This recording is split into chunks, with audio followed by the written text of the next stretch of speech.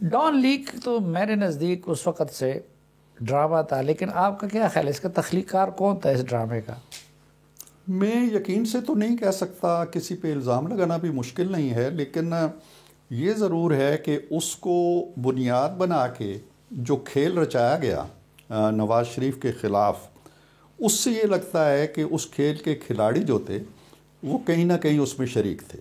یہ پرویز رشید کا بھی کام نہیں ہے، یہ راؤ تحسین کا بھی کام نہیں ہے، فاطمی صاحب تو دور دور نہیں تھے، اور واللہ عالم۔ لیکن یہ نہیں، میں تو جب کہتا ہوں کہ ڈرامہ تھا تو میں کہتا ہوں کہ اس کی سرے سے کوئی وجود ہی نہیں تھا۔ وجود تو اس لیے نہیں تھا نا سر، ہاں، وہ جو بات کہی جا رہی تھی، لیکن میں کہتا ہوں کہ یہ وجود تو سر اس لیے رائی کا پہاڑ کس نے بنایا؟ رائی بھی کوئی نہیں تھی، ہاں، یہ پہاڑ ہی پہاڑ تھا صرف جو انہوں نے بنا لیا۔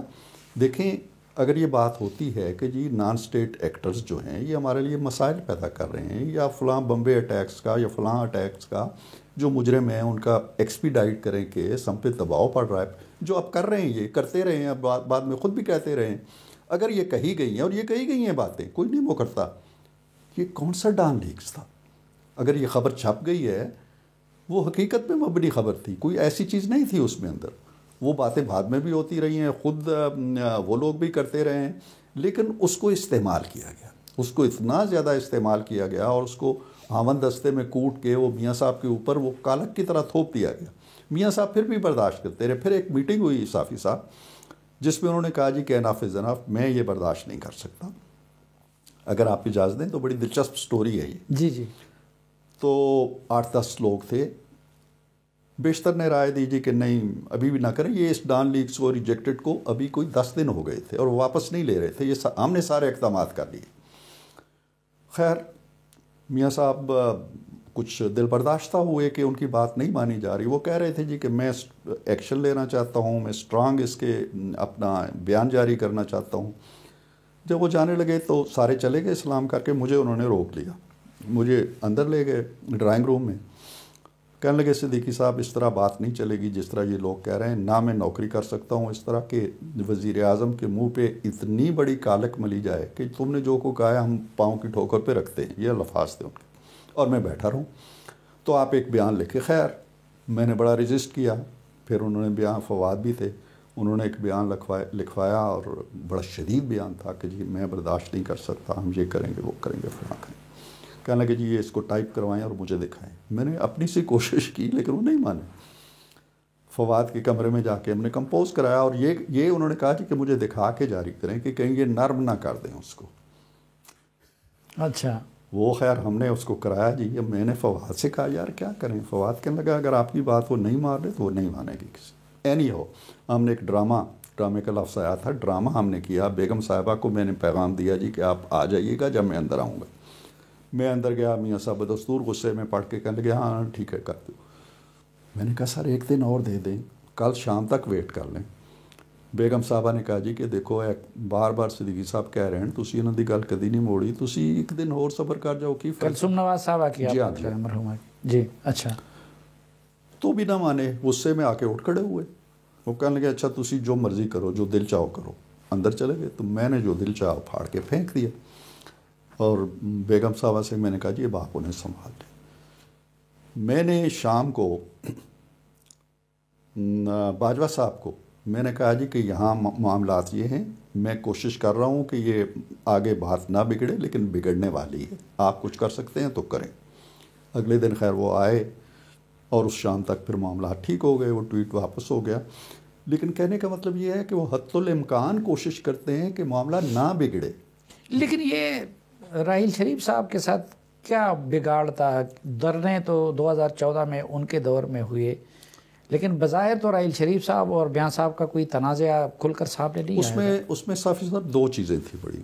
اولی بات تو یہ تھی پرویز مشرف کا ٹرائل، وہ نہیں چاہتے تھے کہ یہ ٹرائل ہو، راحیل شریف صاحب بھی۔ جی ہاں، اور ہماری بھی جب پہلی میٹنگ ہوئی تو اس میں کئی رائے تھیں، لیکن پھر یہ رائے آئی کہ بھئی سپریم کورٹ کہہ رہی ہے کہ آپ اس کا ٹرائل کریں، اور پوچھ رہے تھے پچھلی حکومت سے، نگرانوں نے کہا جی ہم نہیں کر سکتے، دوسرے آئیں گے تو کریں گے۔ پھر انہوں نے اٹارنی جنرل کو بلا کے پوچھا جی کہ آپ اس حکومت سے پوچھیں یہ کیوں نہیں ٹرائل کر رہے، تو پھر یہی رائے آئی کہ جی ورنہ ہمارا بھی گیلانی والا اشر ہوگا کہ ہماری بات نہیں مان رہے تو ہمیں ٹرائل کرنا چاہیے۔ میاں صاحب تو کنونس تھے کہ ٹرائل کرنا چاہیے، لہٰذا وہ ٹرائل شروع ہوا، کورٹ بنی، سب کچھ ہوا۔ اس پہ ناراض تھے راحیل شریف صاحب۔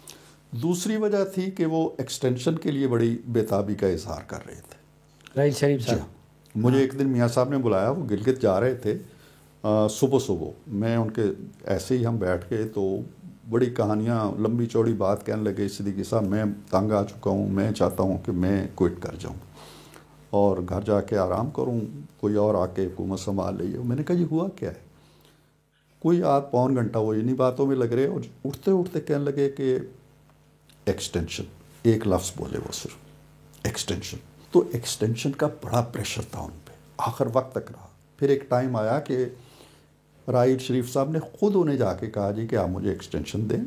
پھر اس کی دو راستے بھی تجویز کیے کہ جی یا تو آپ سارے چیفز کو دے دیں تو میں بھی ان میں آ جاؤں گا، چھپ جاؤں گا۔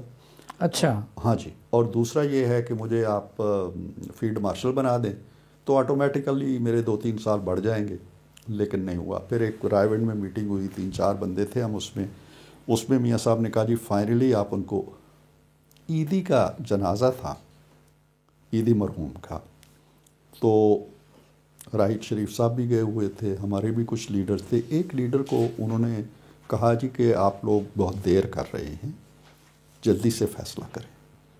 یہ میاں صاحب کو میسج دیا گیا تو میاں صاحب نے میٹنگ بلائی، 4-5 آدمی تھے اس میں، اور انہوں نے کہا جی کہ ان کو جا کے پیغام دے دیں کہ ہم یہ نہیں کر سکتے۔ وہ پیغام پھر دیا، ڈار صاحب گئے، شاید شہباز صاحب بھی تھے ساتھ یا صرف شہباز صاحب گئے، بہرحال طے یہ ہوا تھا کہ ڈار صاحب جا کے یہ پیغام دے دیں۔ تو ایک یہ دوسری وجہ تھی ان کی لڑائی کی۔ انہوں نے یہ بھی کہا تھا کہ میاں صاحب یہ کر دیں، پاناما جانے اور میں جانوں۔ ٹھیک، تو میاں صاحب نے کہا نہیں کوئی نہیں، پاناما میں بھگت لوں گا، ایکسٹینشن نہیں دے سکتا۔ دوسری وجہ یہ تھی ان کی لڑائی کی، اور کوئی میرا خیال ہے کہ ایسی پیشہ ورانہ وجہ نہیں۔ آج کل عام طور پر یہ بات کی جا رہی ہے کہ جی اس وقت میاں نواز شریف صاحب کی قبولیت تو ہے لیکن مقبولیت چلی گئی، اور جس طریقے سے عمران خان کو پاپولیرٹی ملی ہے جیل جانے کے بعد یا اقتدار سے محرومی کے بعد، تو پھر کس بنیاد پہ آپ لوگ یہ سمجھتے ہیں کہ حکومت مسلم لیگ نون ہی کی ہوگی؟ صافی صاحب دیکھیے، میں نے 2-4 دن پہلے ایک کالم بھی لکھا تھا، کچھ اعداد و شمار میں نے لیے تھے، کچھ گیلپ والوں سے بات کی تھی۔ زمینی حقائق جو ہوتے ہیں وہ فوری طور پہ ہم لوگوں تک، تجزیہ کاروں تک نہیں پہنچتے۔ ایک ہوا ہوتی ہے جو چلتی رہتی ہے اور ہم اسی کے ساتھ ساتھ بہتے رہتے ہیں۔ یہ کوئی فیکٹ نہیں ہے، فیکچول پوزیشن یہ نہیں ہے کہ پی ایم ایل این کی مقبولیت نہیں ہے، نواز شریف کی مقبولیت ہے۔ نواز شریف آج بھی لوگوں کو اپیل کرتا۔ دیکھیے اس میں سب سے بڑی چیز جو ہے نا وہ یہ ہے کہ کامن سینس تو ہے نا ہر آدمی کا، ریڑھی والے کا بھی ہے، دکاندار کا بھی ہے، کارخانہ دار کا بھی ہے، فیکٹری والے کا ہے، زمیندار کا ہے، ان بچوں کا ہے، سب کا ہے۔ اس دفعہ یہ ہوا ہے کہ 3 حکومتیں بیک ٹو بیک آئی ہیں۔ پیپلز پارٹی کی 5 سال کی حکومت آئی زرداری صاحب والی، 4 سال کی حکومت میاں صاحب کی آئی اس کے فوراً بعد، اور اس کے فوراً بعد خان صاحب کی حکومت آ گئی۔ تو 3 حکومتیں لوگوں نے، اس بچے نے بھی دیکھی ہیں جس کی عمر 18 سال ہے یا 20 سال ہے، اس نے بھی 3 دیکھی۔ ان سے پوچھیں کہ جی کوئی 2-4 چیزیں زرداری صاحب کے دور کی ہمیں گنوا دیں جو یادگار رہنے والی ہیں، 2-4 چیزیں خان صاحب کے دور کی گنوا دیں جو یادگار رہنے والی ہیں، 2-4 میاں صاحب کی گنوا دیں۔ میاں صاحب کی آپ مجھ سے پوچھیں گے تو میں 10-15 ابھی بیٹھے بیٹھے بھی گنوا سکتا ہوں۔ ان کے نامہ اعمال میں کچھ نہیں ہے، لوگ یہ جانتے ہیں۔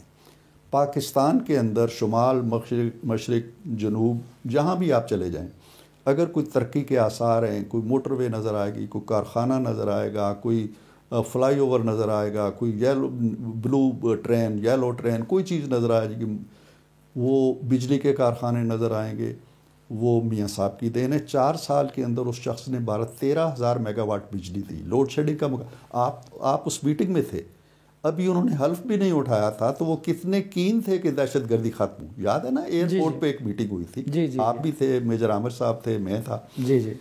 اتنی کین نیس تھی کہ یہ ٹیررزم ختم ہونا چاہیے، جو کیا